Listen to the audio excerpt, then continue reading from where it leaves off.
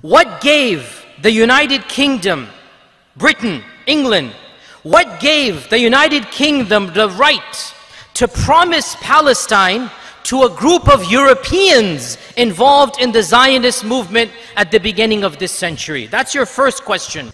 Neither did England own this land, nor did the Europeans they promised it to have anything to do with it in recent history.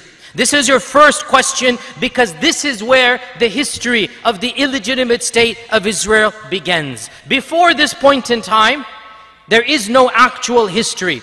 And the biggest culprit to set everything in motion is the United Kingdom. The United Kingdom, England, Britain, is of course the last of the colonizing forces. Our own country of America broke away from England 280 years ago because of the tyranny, because of how they felt about people of their own ethnicity, people of their own language. So England has a history of colonization and a history of trying to be an imperialist power.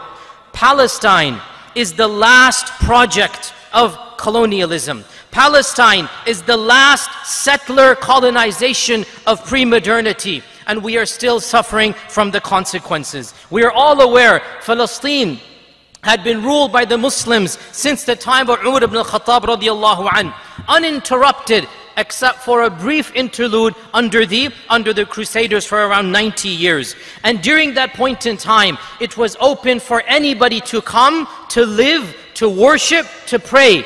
There has not been a single case of civil war, of religious strife in the time of the Muslims. Muslims lived with Christians, with Jews together until the Crusaders came and shed blood for the first time. And then the Zionist enterprise was founded in the 1940s. So here's the first question. What gives Britain the right to promise Palestine to a group of Europeans in the Zionist movement in the turn of the century? Because we're all aware that England made 3 contradictory and mutually exclusive promises. They blatantly lied to 3 separate entities about Palestine.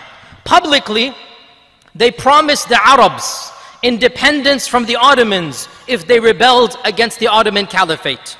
And they said to the Sharif of Mecca, the great-great-great-grandfather of the current king of Jordan, they said to the Sharif of Mecca, they said to him, if you fight against your fellow Muslims and you fight against the Ottomans, we will make you the Khalifa.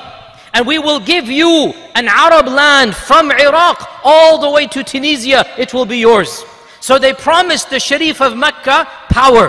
And they said, all we want you to do is fight against your fellow Muslims, the Ottoman Empire. Rebel against them and we'll make you the Khalifa. And of course, he didn't learn from previous mistakes, and current rulers don't learn from past mistakes. The promises of these superpowers are not even worth the air that they're spoken with, much less the paper they are written on. وَقَضَيْنَا إِلَى بَنِي إِسْرَائِيلَ فِي الْكِتَابِ لَتُفْسِدُنَّ فِي الْأَرْضِ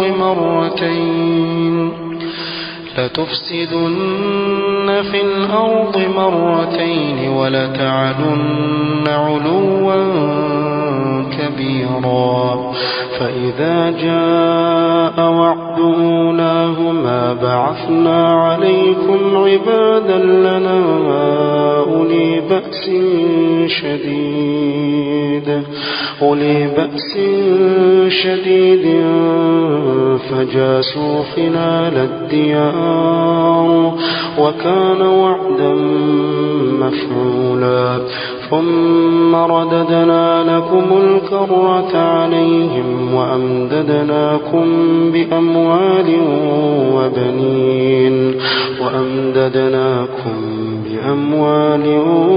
وبنين وجعلناكم